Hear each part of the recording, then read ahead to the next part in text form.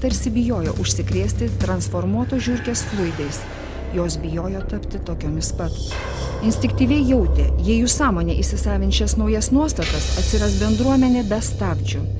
Išdavikų bendruomenė, vartotojų bendruomenė.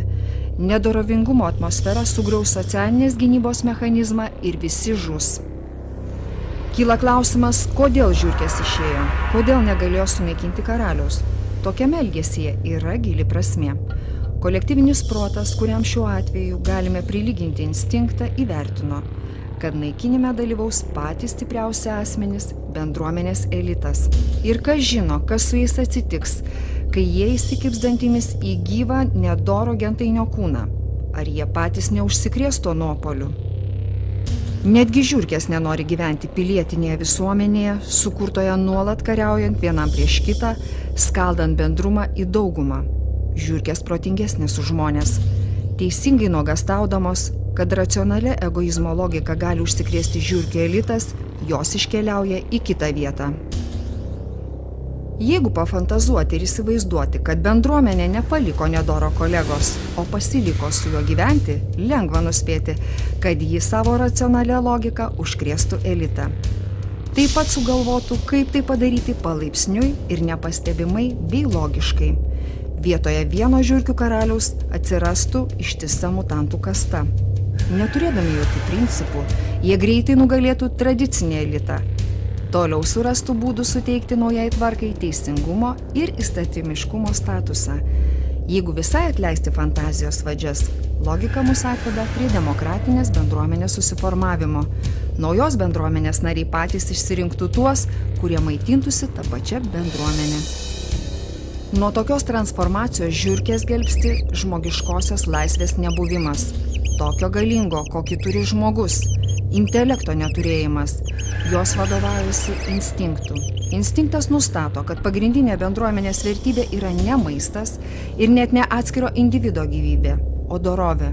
Tai pamatas, ant kurio pastatoma bet kokia socialinė konstrukcija. Dėl jos vientisumo žiurkės pasitraukė nuo užkrato šaltinio. Išsaugodamos pamatą, žiurkės išsaugo save, kaip vieninga bendruomenė su tradicinė vertybių skale ir tuo pačiu išsaugo save kaip rūšį. Žmonių bendruomenė tokio instinkto neturi, bet ji taip pat sukurta ant doros pamato. Jeigu pašalintume šį pamatą, visa konstrukcija virsta šiukšlių krūva, kuri pradeda save skaidyti į mažas dalėles. Skaidimasis reiškia atitraukti nuo šaknų, tradicijų, sanklodos ir svarbiausia panaikinti moralinės vertybės. Visuomenė pavirsta nieko tarpusavėje nesusietais individais. Atsiranda suskaldyta visuomenė, žmogiškosios dulkės, statybinė medžiaga naujai pasaulio tvarkai.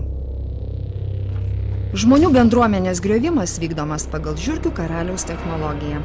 Visas smūgis sukoncentruotas į dorovės sunaikinimą. Visais įmanomais būdais naikinama savoka savas. Vartotojiška visuomenė moko. Savų gamtoje nėra. Visi svetimi, visi yra potencialus maistas. Pats geriausias maistas yra tie, kurie šalia tavęs ir laiko tave savo artimu. Ir jie net neįtaria, kad tu iš tikrųjų esi žiurkių karalius. Jis tiki tavimi, o tu jį ėdi. Tokių žiurkių karalių dabartinėje visuomenėje atsiranda vis daugiau. Tai patys didžiausi plėšrūnai. Jie jungiasi į grupuotės ir žiūri savo tėvynainius kaip į maistą. Supratę, kad savo laimę gali rasti kito nelaimėje, jie iš pradžių ėsdavo savo tėvynainius atvirai. Po to suprato, kad pats racionaliausias būdas ėsti – tai prisidengti gražiais žodžiais ir kilniais tikslais. Iš žiniasklaidos priemonių pradėjo lietis pažadų ir pompastiškų žodžių apie laisvę ir lygybės srautai. Nuo pat pradžių karaliai net nesiruošė tesėti savo pažadų. Jiems tai buvo tik priemonė privilioti aukas. Jie veržėsi į pagrindinius postus visuomenėje, kad prisidengdami gražiais žodžiais galėtų ėsti savus. Su kiekvienais metais jie įgaudavo vis daugiau jėgų, tapdavo stipresniais, klastingesniais ir pavojingesniais. Pagrindinė jų grėsmė ta, kad jie išoriškai nesiskiria nuo sveikųjų visuomenės narių. Jie išmoko taip maskuotis, kad atrodo geriau už savo sąžiningus visuomenės narius. Bet jeigu neklausyti, ką jie šneka, o žiūrėti jų darbus, nesunku būtų išvelgti tikrąją šių padarų esmę. Visa jų proto ir valios galia sutelkiama į siaurą egoistinę sritį. Jie nemoka galvoti visuomeninėmis ir valstybinėmis kategorijomis. Jie galvoja tik tai apie save ir savo vadą. Jie maitinasi savo tėvynainiais lygiai taip pat, kaip ir tas žiurkėdys. Jų daug, jų neįtikėtinai daug prisiveisė ir jų kiekis vis dar auga. Jie pasidalino į smulkius ir stambius, pasiskirstę šalį į medžioklės plotus, vietas medžiokliai ir mitybai. Smulkiosios žiurkės, egzistuojančios nusikalstamo pasaulio sektoriuje, svarstydavo, štai guli girtas, o kišenėje pinigai. Vis tiek kas nors juos paims. Jeigu taip, tai kodėl ne aš? Ir tyliai paimdavo, o po to plėšdavo pusgirtį. Paaiškinimai buvo kiti. Vis tiek jis juos pragers, o man reikalingi pinigai. O po to išmąstydavo, jeigu visi blogai gyvena, tai tegul išgyvena stipriausiai. Toliau nusižiūrėdavo auką, smogdavo per galvą ir plėšdavo. Neturint dorovės, tokiai logikai nėra kaip prieštarauti. Versle tokia logika iš pradžių veda prie minties, kad žmogų galima atleisti tiesiog išmetant į gatvę. Minties eiga aiški, jeigu neišmesiu, tai bankrutuosiu ir galų gale jis vis tiek atsidurs gatvėje. Ir aš kartu su juo. Ir jeigu jis ir tai ten atsidurs, tai geriau jau, tegu be manęs, ir atleisdavo. Antras etapas. Tegul dirba, bet atlyginimo galima ir nemokėti. Kitai bankrutuosiu ir visi atsidursime gatvėje. O tai bent įmonė išliks ir prasidėdavo sąmoningi atlyginimų užlaikymai. Trečias etapas. Pavyzdžiui, verslininkas pradeda sąmoningai gaminti kenksmingą sveikatai produkciją. Jeigu galvosiu apie mane pažįstamų žmonių likimus, bankrutuosiu. Tegu jie patys galvoja apie save. Jam visuomenės nariai buvo ne daugiau kaip šilta gyva mėsa, kuri pati lindo į nasrus. Žmogėdra. Panašiai svarsto ir politikai. Pirmasis lūžis – lavono suvalgymas, tai pažadai, kuriuos ištesėti tikrai nerealu. Logika – jeigu nežadėsi dangaus manos, tai tavęs neišrinks. Išrinks kitą žymiai blogesnį, kuri žada viską, kas tik ant seilės užeina. Ir jeigu visuomenė bet kokiu atveju bus apgauta, ir vienu atveju tu liksi kvailio vietoje, o kitu būsi išrinktųjų tarpe. Tai geriau rinktis antrąjį variantą. Antrojo dorovės lūžio etapo analogas – pusiau gyvo bendruomenės nario suėdimas, tai prekyba vietomis savoje partijoje. Logika taip pat suprantama – rinkimams reikalingi pinigai. Jeigu laužysies kaip mokinukė, tai pinigus paims konkurentai. Išvada – pinigus vis tiek kas nors paims ir bet kokiu atveju bus išrinktas. Jeigu tai neišvengiama, geriau paimsiu aš, nei kas kitas. Trečias etapas – gyvo ir sveiko tėvynainio suėdimas. Įstatymų, kurie kenkia visuomeniai lobizmas.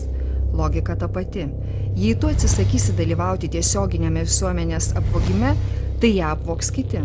Žmogėdriškas įstatymas vis tiek bus prastumtas. Tai koks skirtumas, kas tai padarys? Geriau jau su mano pagalba. Šiandieninis viešas politikos elitas yra ne kas kita, kaip paskutinio etapo žiurkių būrys. Jie neturi nieko švento, nieko asmeniško, visur tik verslas. Ir tas procesas negali sustoti ir jis tobulės paklusdamas racionaliai logikai. Valstybės tarnautojų dorovė taip pat buvo palaipsniui sunaikinta vadovaujantis racionalia logika. Iš pradžių daugelis gėdijosi, kai jiems buvo siūlomi kyšiai. Tarybinių laikų nuostata, kad tai niekšinga, dar veikdavo. Vėliau kyšį pavadino kitu žodžiu, kuris panaikino šį susiformavusi refleksą žodžiui kyšis ir procesas pajudėjo.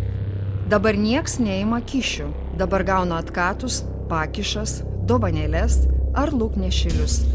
Jie jau buvo nebe vagys, o gerbiami visuomenės nariai, sumaniai pasinaudojantis galimybėmis. Atsitiko pats baisiausias dalykas. Nutylint ir slapta, visuomenės akise tai buvo legalizuota. Žmogus galėjo prekiauti savo garbe, visuomenė patikėjo jam savo iždą, o jis už kyšius jį išdalino plėšrūnams. Dorovinga moteris atmes bet kokius pasiūlymus už pinigus lytiškai santykiauti. Vartotojiškos visuomenės valdininkai, prekiaujantis visuomenės gerovė, krito žemiau prostitutės, prekiaujančios savo kūnu. Ji bent prekiauja savo kūnu, o šitie svetimu. Visumoje tai vadinosi dalykiniu požiūriu į gyvenimą. Tam tikrame etape prieita iki to, kad jau pradėjo siūlyti pripažinti oficialiai. Neva viešo administravimo sektorijoje susiklostė rinka su savo taisyklėmis ir įkainiais. Jeigu taip, tai kodėl jos neįteisinus? Kitaip tariant, pasiūlė įteisinti grobstymus, korupciją ir prostituciją. Atseit visi žino, kad tai yra. Tuo momentu kai kurių ydų legalizacija buvo atmesta, bet puvimo procesas vyksta, viskas keičiasi. Praktika patvirtina, atsiradęs reiškinys, jeigu jis įsišaknijęs visuomenėje ir niekas negali jam atsispirti, galiausiai bus įteisintas. Netolimoje perspektyvoje, jeigu niekas nesutrukdys vykstantiems procesams, mes pamatysime tai, ko šiandien net negalime įsivaizduoti. Viskas bus perkama ir parduodama. Ko nebus galima parduoti, tas išnyks, pavyzdžiui, sąžinė, nes ji pardavimo momentu išnyksta. Pirmas valdininkų dorovės lūžio etapas – siūlė kyšį atsidėkodami už legalų, bet greičiau atliekamą darbą. Po to pasiūlė suvalgyti pusgyvį. Tai pasireiškė vykdant dviprasmiškus užsakymus. Pavyzdžiui, pramušti per biudžetą kokios nors mokyklos finansavimą, o nuo išskirtos sumos paimti atkatą. Logika ta pati. Atsisakysi tu, sutiks kitas, o čia ir pats pinigų uždirbsi, ir vaikams nauda. Trečias etapas – gyvų ir sveikų ėdimas. Prisidengiant geranoriškų pretekstų siūloma pavogti, pavyzdžiui, lėšas ligoniams. Schema išoriškai, kaip taisyklė, labai kilni, neprisikabinsi, bet žinantys žmonės viską suvokdavo. Ir vėl ta pati logika. Jei ne tu paimsi, tai kitas pasistengs. Geriau tu niekam nepadarysi, biudžetą atrieks, o tu liksi kvailio vietoje. Žiurkių karaliai, praėję visus logikos etapus, paleisti į visuomenę. Jie suvokė savo tėvynainius kaip maistą. Maistas jiems patiko. Ir jie jau patys rodo iniciatyvą. Apetitai auga. Technika tobulinama. Žiurkės susimeta į grupuotės, tarp kurių prasideda konkurencija. Kad būtų aiškiau, šių grupuočių nariai bendrininkų nelaiko savais. Savų ten iš principo negali būti. Tai partneriai, padedantis vieni kitiems ėsti tėvynainius. Kai tik vienas partneris nusilpsta, jį to jau pats suėda buvę jo partneriai. Ne, netgi nebuvę. Ėdamasis ir ėdantysis toliau lieka partneriais. Pradėjo netgi ugdytis nauja moralė. Maždaug. Nėra ko ant manęs pykti, pats kaltas. Kam atsipalaidavai? Aš tik tais pasinaudojau progą. Nieko asmeniško, tai tik verslas. Naujos sąlygos gimdo naują logiką. Partnerystė suvedama į silpnesniojo suėdimą, kuo jis bebūtų, netgi jei tai bus tavo brolis. Žiurkės likdavo amžinais partneriais iki pat mirties. Jei nusilpęs partneris, kuriuo tėvynainiai nutarė užkasti, smarkiai apkandžiotas sugebėdavo pabėgti, tai jis pradėdavo demaskuoti žiurkių karalius, viešinti vidinės rietenas, kaip sakoma, nešti šiukšlės iš namų. Taip jis tikėdavosi atgauti savo buvusią vietą. Kai kam tai pavyko.